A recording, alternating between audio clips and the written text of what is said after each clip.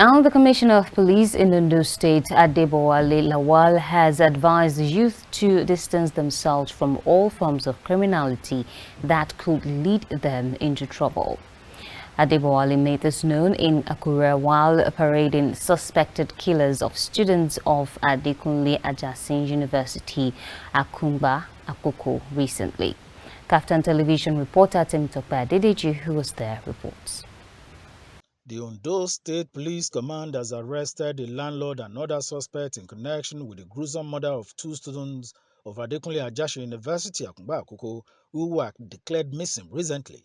The victims, 100 Eloho Hawker of the Department of History and International Studies and John Friday Harbour of the Department of Economics, had been missing for over 3 weeks before their bodies were found last weekend near the Ondo-Ekiti border.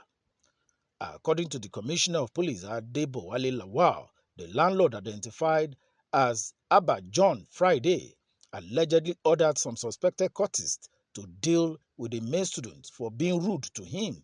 This order ultimately led to the adoption and murder of both students.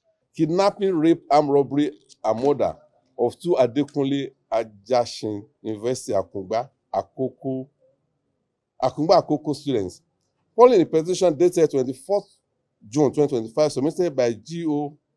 Omedu and co. legal practitioners on behalf of one Emmanuel Peter Oshagari Village, Akure, Ondo State, the command launched an intensive investigation into reported abduction of his younger brother, one Abba John Friday, 25, and his friend, Oka Andrel Eloho, 19, both students of Adekunle Ajasin University, Akumba Akoko, who went missing on June 20, 2025.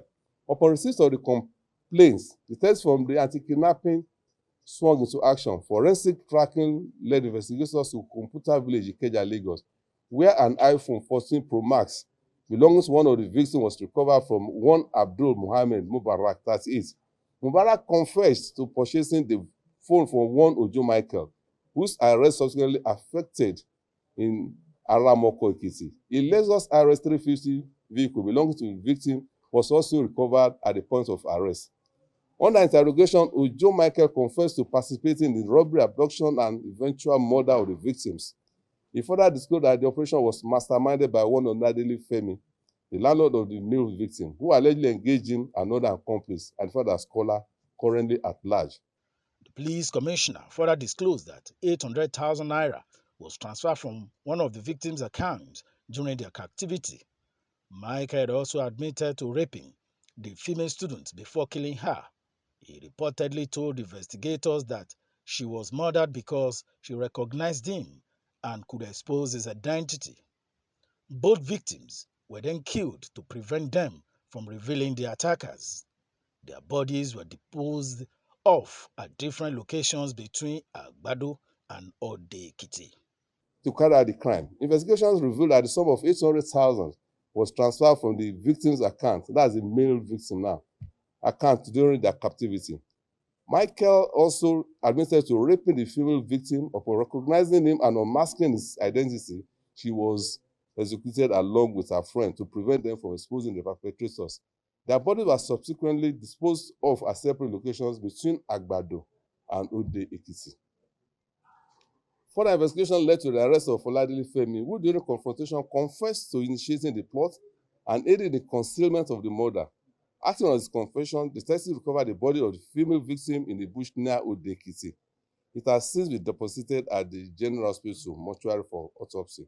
Efforts are ongoing to recover remains of the male victim, who is believed to have been dumped in the river by an accomplice still at large.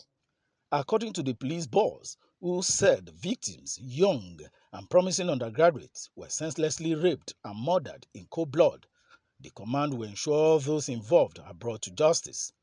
The victims, young promising undergraduates, were senselessly raped, murdered in cold blood. The commander assures the public that efforts are ongoing to apprehend the remaining suspects at large, recover the remains of Abba John Friday, and bring all responsible parties to justice.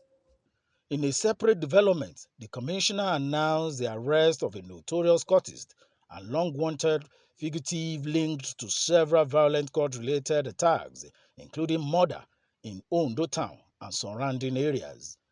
Acting on credible intelligence, police operatives arrested 28-year-old Mohammed Taufik, a known member of the proscribed Alora confraternity. He was apprehended at his hideout in Ile-Oluji, where he had been in hiding since evading earlier arrest attempt. From Akure, the Ondo State capital, Temitope Adedeju reporting for KAFTAN TV News.